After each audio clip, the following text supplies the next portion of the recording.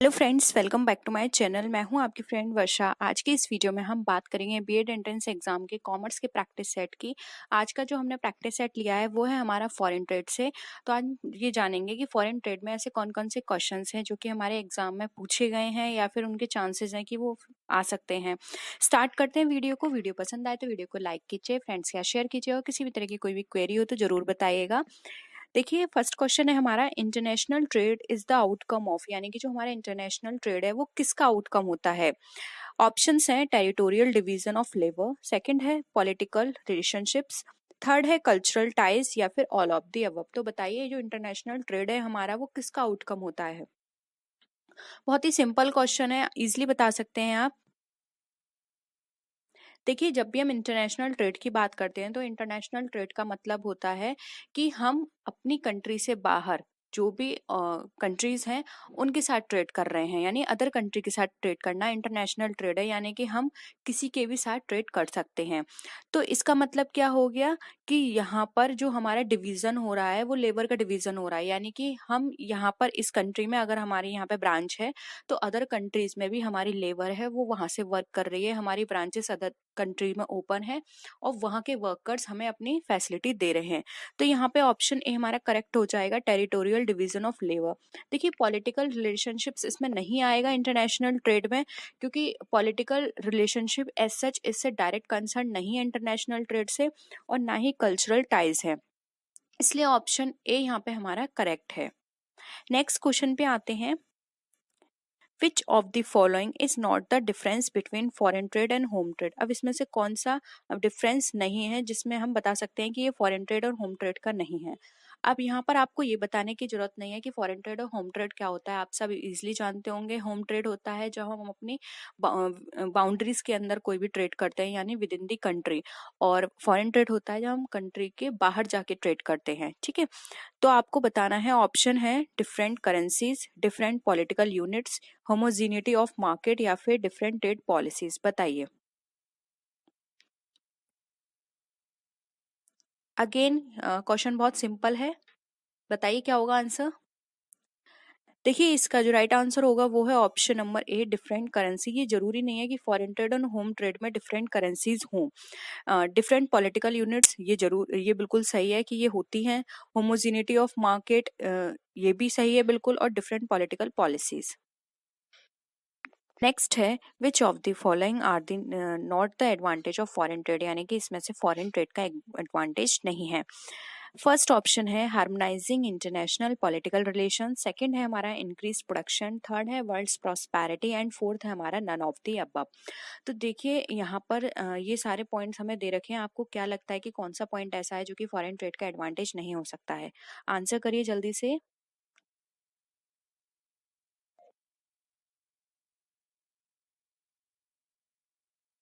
देखिए, फर्स्ट है harmonising international political relation. ये बात तो बिल्कुल सही है, जब हम फॉरेन ट्रेड करते हैं तो हमारे अदर कंट्रीज के साथ जो पॉलिटिकल रिलेशंस हैं वो भी डेवलप होते हैं, वो भी स्ट्रांग होते हैं। सेकंड हमारा इंक्रीज प्रोडक्शन। जब हम फॉरेन ट्रेड करेंगे तो हमारा क्या है, मार्केट जो है वो एक्सपेंड होगा। मार्केट एक्सपेंड होगा तो हमें डिमांड भी बढ़ेगी, और डिमांड बढ़ती है तो हमें प्रोडक्शन भी करना पड़ेगा। तो ये भी हमारा बिल्कुल करेक्ट है। थर्ड है हमारा वर्ल्ड्स प्रॉस्पेरिटी। अब वर्ल्ड्स प्रॉस्पेरिटी भी हमारी होगी, क्योंकि जब हम फॉरेन ट्रेड कर रहे हैं तो सबका ही डेवलपमेंट होगा साथ में। इसलिए यहाँ पे ऑप्शन डी जो है वो हमारा राइट आंसर हो जाएगा। इसमें से कोई भी ऐसा नहीं है जो हम नहीं कह सकते कि फॉरेन ट्रेड का हमारा एडवांटेज नहीं है। नेक्स्ट है, international trade takes place due to the main reason like. अब इंटरनेशनल ट्रेड जो है वो हमारा किसका मुख्य कारण है। ठीक है, कि इसके कारण हमारा इंटरनेशनल ट्रेड होता है। टेक्नोलॉजिकल एडवांसमेंट की वजह से, ट्रेडिशनल, ज्योग्राफिकल स्पेशलाइजेशन या फिर पॉलिटिकल नीड्स। बताइए, ऐसे कौन सा कारण है जिससे हमें लगता है कि हमारा इंटरनेशनल ट्रेड होता है।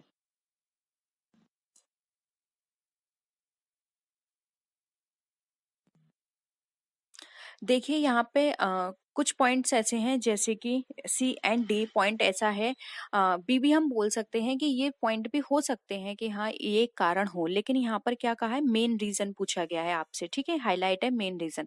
तो मेन रीजन तो यही है कि टेक्नोलॉजिकल एडवांसमेंट है। हम दूसरी कंट्री की तरफ मूव क्यों करते हैं, क्योंकि हमें लगता है कि नहीं वहाँ की हमसे ज़्यादा डेवलप है टेक्नोलॉजी, उनकी टेक्नोलॉजी से जो हम काम करेंगे वो हमें जल्दी मिलेगा, हमारा टाइम कंज्यूम होगा वहाँ पर, सॉरी टाइम सेव होगा वहाँ पर।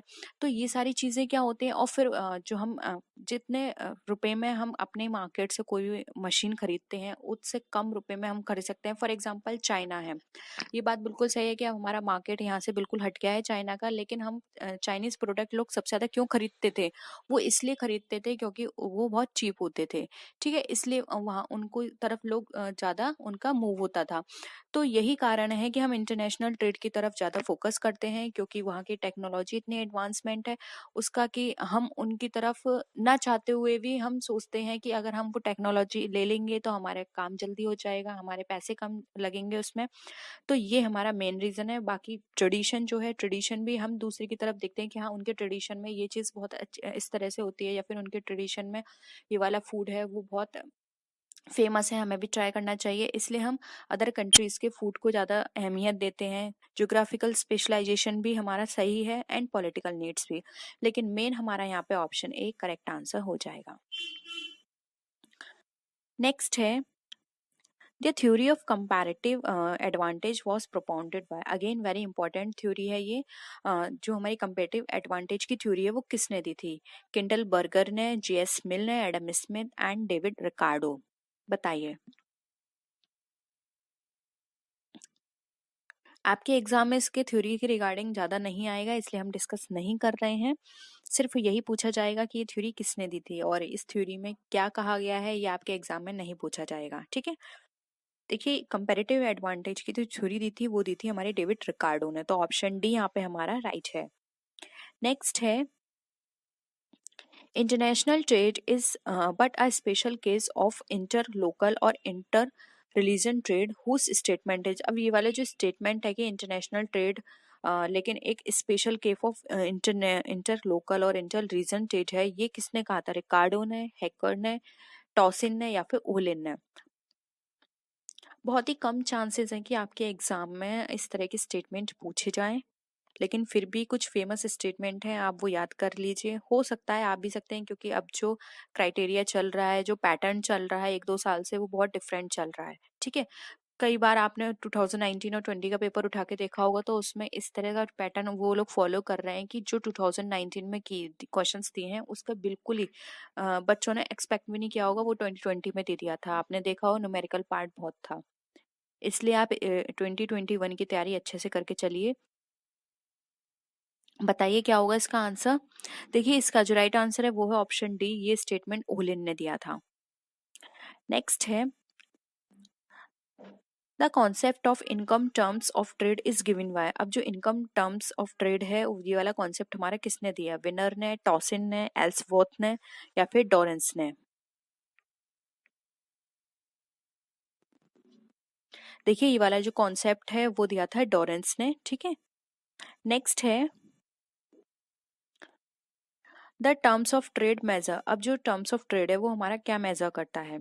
ऑप्शंस है, relative price in the importing country, second option है relative price in the exporting country, third है how many units of goods must be given up for each unit received in trade by a trading country, या फिर the volume exports. तो क्या है जो हमारे terms of trade है उसको मेजर करती है,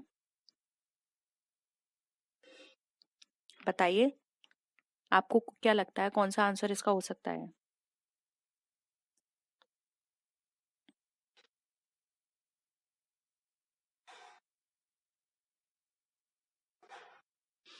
देखिए यहाँ पे टर्म्स ऑफ ट्रेड मेजर की बात की जा रही है, तो ऑप्शन सी राइट आंसर हो जाएगा। इसमें हम देखते हैं कि कितनी यूनिट्स हैं गुड्स की जो कि यहाँ पर हमें उसको देनी है, जो जिसके साथ भी हम ट्रेडिंग कर रहे हैं, तो ये यहाँ पर टर्म्स ऑफ ट्रेड यानी कि उनकी क्या क्या शर्तें हैं ये बताती हैं कि हमें कितना माल उनको देना है या फिर कौन कौन सी कंडीशंस हैं जो उनके सामने रखनी है ट्रेडिंग करते समय, ये बताती है। तो ऑप्शन सी यहाँ पे हमारा राइट आंसर हो जाएगा।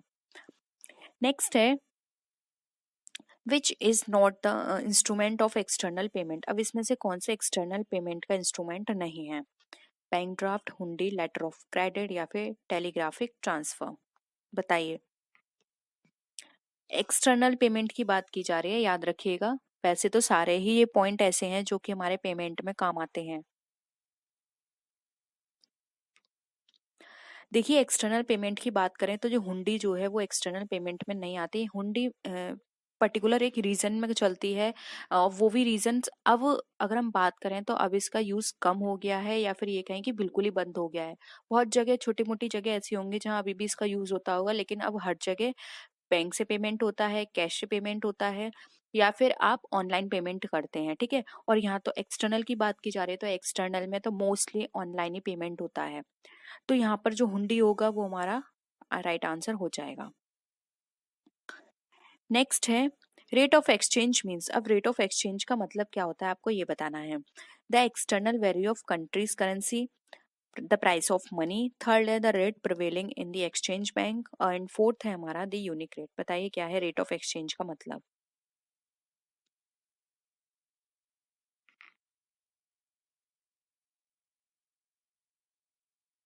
देखिए, यहाँ पर राइट आंसर हो जाएगा the external value of countries currency, यानी कि रेट ऑफ एक्सचेंज का मतलब है कि उसकी एक्सटर्नल वैल्यू क्या है किसी भी कंट्री करेंसी की। फॉर एग्जांपल, अगर आप किसी फॉरेन कंट्री के साथ ट्रेड करते हैं तो वहां पर आप ये नहीं देखते कि हम उसका जो पेमेंट करेंगे वो हमारी करेंसी में करेंगे।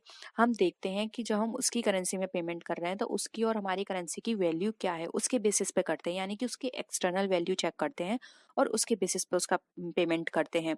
यहाँ प्राइस ऑफ मनी बिल्कुल रॉन्ग हो जाएगा, और एक्सचेंज बैंक में जो भी रेट प्रिवेलिंग है इससे तो कोई मतलब नहीं है कि उस बैंक में कौन सी रेट प्रिवेलिंग है मार्केट में।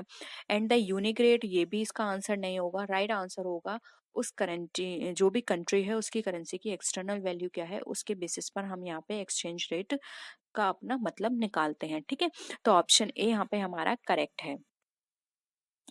नेक्स्ट है the act of simultaneously buying a currency in one market and selling it in another market is called। यानी कि जब भी हम किसी भी करेंसी को एक मार्केट से खरीदकर और उसी समय उसे दूसरे मार्केट में बेचते हैं तो इसे क्या बोलते हैं? स्पेकुलेशन, स्पॉटिंग, फॉरवर्डिंग या फिर आर्बिट्रेज। बताइए।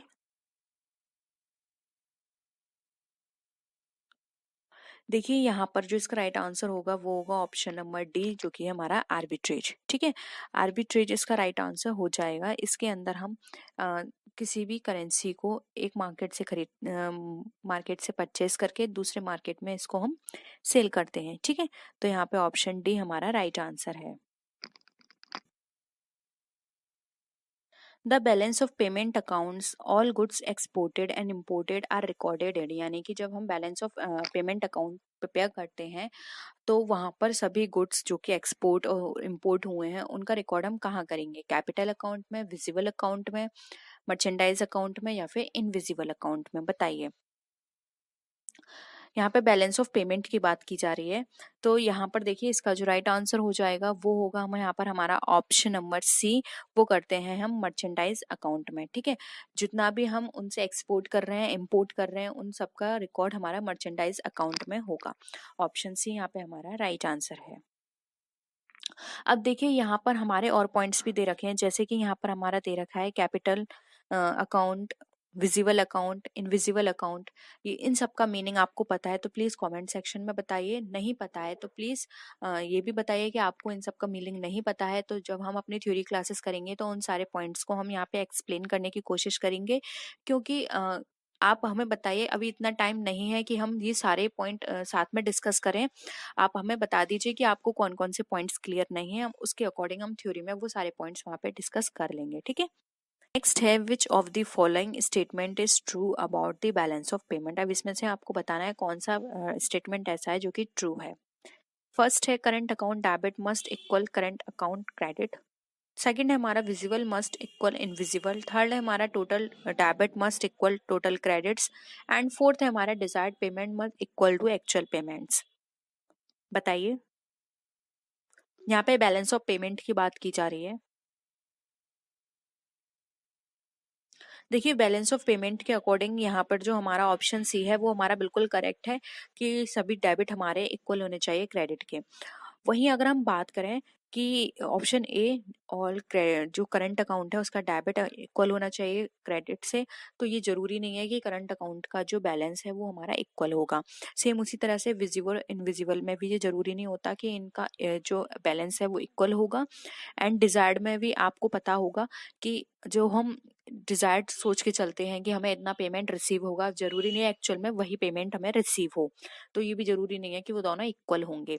लेकिन यहाँ पर ये वाला कॉन्सेप्ट हमारा बिल्कुल सही है कि जितने भी हमारे डेबिट हैं वो हमारे इक्वल होने चाहिए क्रेडिट के, और ऐसा ही होता है।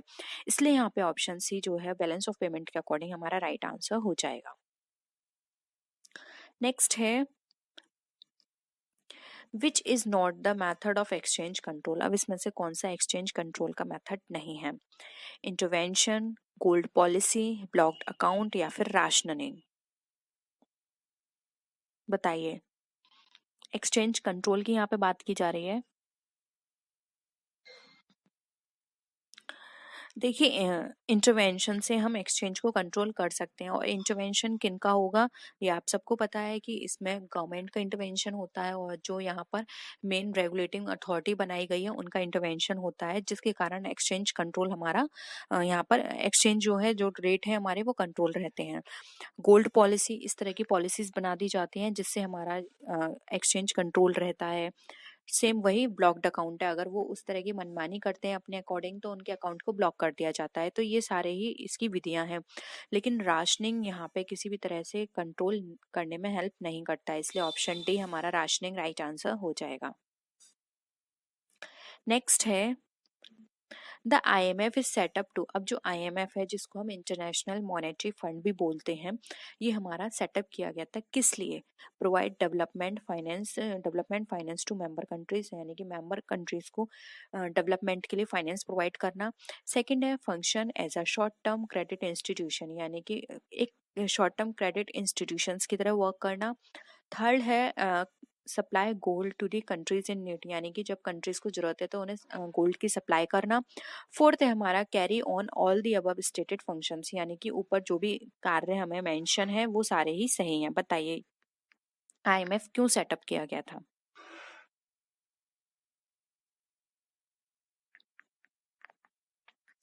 देखिए यहाँ पे IMF की बात की जा रही है, इंटरनेशनल मॉनेटरी फंड नाम से ही यहाँ पे इंडिकेट हो रहा है मॉनेटरी फंड, यानी कि ये फंडिंग करते हैं जो भी इनकी मेंबर कंट्रीज होती हैं, और जब भी उनको जरूरत होती है तो उनको ये यहाँ पे फंड प्रोवाइड करते हैं। अब किस तरह का फंड देते हैं, तो देखिए ये हमें फंड प्रोवाइड करते हैं शॉर्ट टर्म, ठीक है। और अगर हम वहीं लॉन्ग टर्म की बात करें तो लॉन्ग टर्म देती है हमारे IBRD। IBRD क्या है? International bank for reconstruction and development. अब IBRD को का दूसरा नाम भी हम बात करें तो वो है हमारा वर्ल्ड बैंक। वर्ल्ड बैंक हमें लॉन्ग टर्म लोन प्रोवाइड करती है, हमें मतलब जो भी मेंबर कंट्रीज हैं उनको, और IMF short term loan provide करती है, ठीक है। तो यहाँ पे ऑप्शन बी हमारा राइट आंसर हो जाएगा। नेक्स्ट है which of the following is not a component of the international liquidity structure. अब इसमें से कौन सा हमारा कॉम्पोनेंट नहीं है इंटरनेशनल लिक्विडिटी स्ट्रक्चर का? US dollar reserves, sterling reserves, gold reserve या फिर बायलेटरल क्रेडिट एग्रीमेंट। बताइए।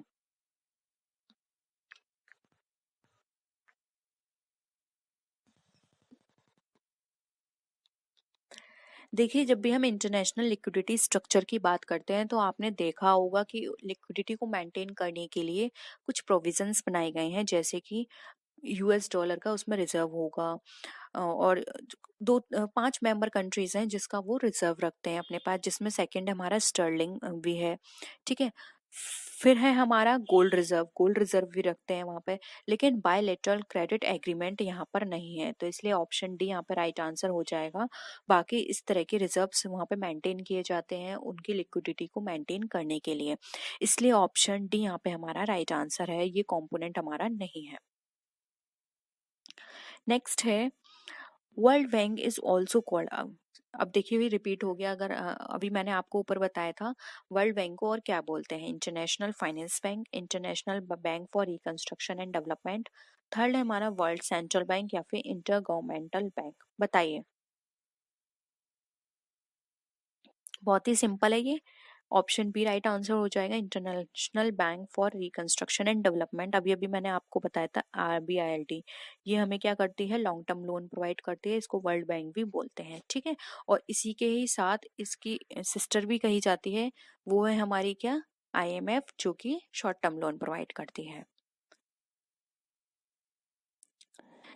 नेक्स्ट क्वेश्चन है हमारा, which is not the function of world bank. अब इसमें से कौन सा फंक्शन नहीं है वर्ल्ड बैंक का, आपको ये बताना है। फर्स्ट ऑप्शन है to arrange loan for urgent projects, यानी कि अर्जेंट प्रोजेक्ट्स के लिए लोन को अरेंज करना इसका काम है। सेकंड है to assist in reconstruction and development, यानी कि रिकंस्ट्रक्शन एंड डेवलपमेंट में असिस्ट करना है, हेल्प करना। थर्ड है हमारा to promote the long term balanced growth of regions of the country, ये लॉन्ग टर्म लोन उसको प्रोवाइड करना, ठीक है। थर्ड फोर्थ है हमारा टू एनकरेज इंटरनेशनल इन्वेस्टमेंट, या फिर इंटरनेशनल इन्वेस्टमेंट है उनको एनकरेज करना। बताइए इसमें से कौन सा आपको लगता है कि वर्ल्ड बैंक का फंक्शन नहीं है।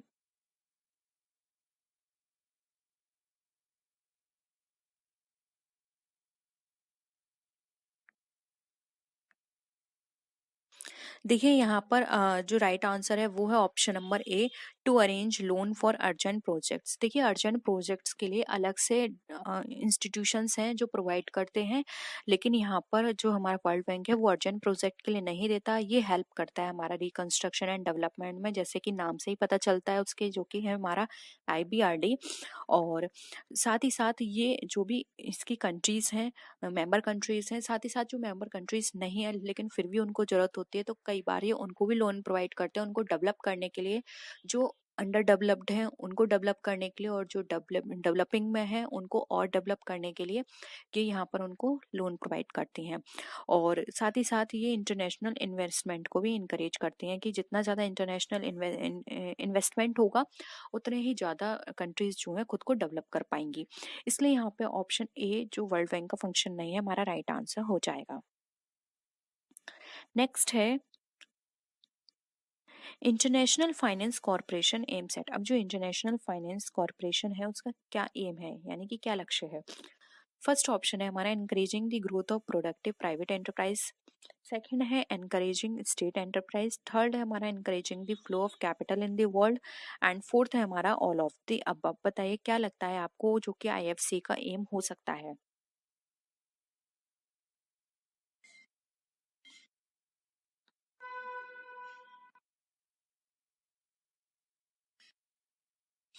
देखिए जो हमारा IFC है ये हमें लोन प्रोवाइड करता है, प्राइवेट इंडस्ट्रीज को, प्राइवेट कंपनीज को लोन प्रोवाइड करता है, इसलिए इसका ऑप्शन ए राइट आंसर हो जाएगा, increasing the growth of productive private enterprises.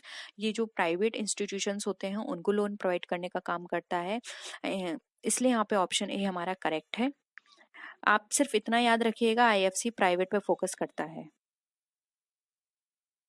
Next है international development association is affiliated to. अब जो इंटरनेशनल डेवलपमेंट एसोसिएशन है जिसको IDA भी बोलते हैं, आप शॉर्ट में लिख लीजिए IDA, ये किससे एफिलिएटेड है, the IMF, the IBRD, the IFC and none of these. बताइए कौन सा इंस्टीट्यूशन से ये एफिलिएटेड है।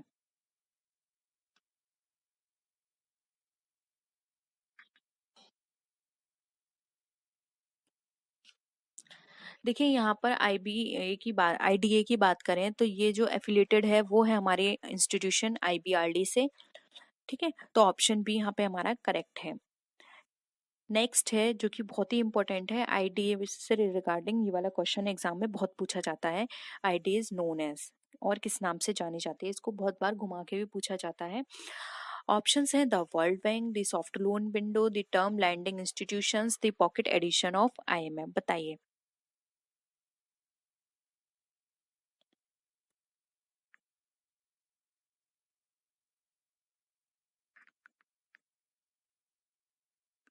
देखिए यहाँ पर हम बात करें IDA की, तो IDA का यहाँ पर जो राइट आंसर होगा वो होगा यहाँ पे ऑप्शन नंबर डी, जो कि हमारा the soft loan window. IDA को सॉफ्ट लोन विंडो के नाम से भी जाना जाता है। नेक्स्ट है द गेट एम्स एट। अब गेट का क्या लक्ष्य है। गेट की पहले फुल फॉर्म आप जान लीजिए। इसकी फुल फॉर्म होती है general agreement on tariffs and trips. ठीक है। ऑप्शंस है control of foreign trade, expansion of international trade, Havana charter या फिर कस्टम यूनियंस। बताइए।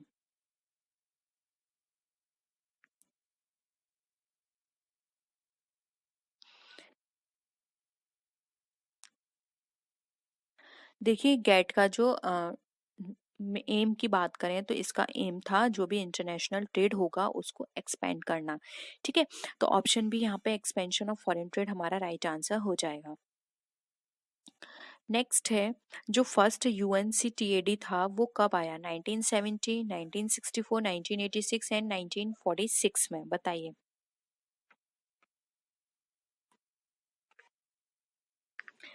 ऑप्शन बी यहाँ पे करेक्ट है, 1964 फर्स्ट यूएनसीटी 1964 में आया था। नेक्स्ट है the UNCT 6 was held in the year, कब आयोजित किया गया था? 1980, 1985, 1983 या फिर 1986 में। ऑप्शन सी यहाँ पे हमारा करेक्ट है, 1983। ठीक है। तो ये थे हमारे क्वेश्चंस फॉरेन ट्रेड से रिलेटेड। होप यहाँ पर आपको सारे क्वेश्चंस क्लियर हुए होंगे। किसी भी तरह की कोई भी क्वेरी हो तो प्लीज़ जरूर बताइएगा। नेक्स्ट वीडियो में फिर मिलते हैं आपसे और भी अच्छी वीडियोस के साथ। तब तक के लिए टेक केयर, बाय बाय।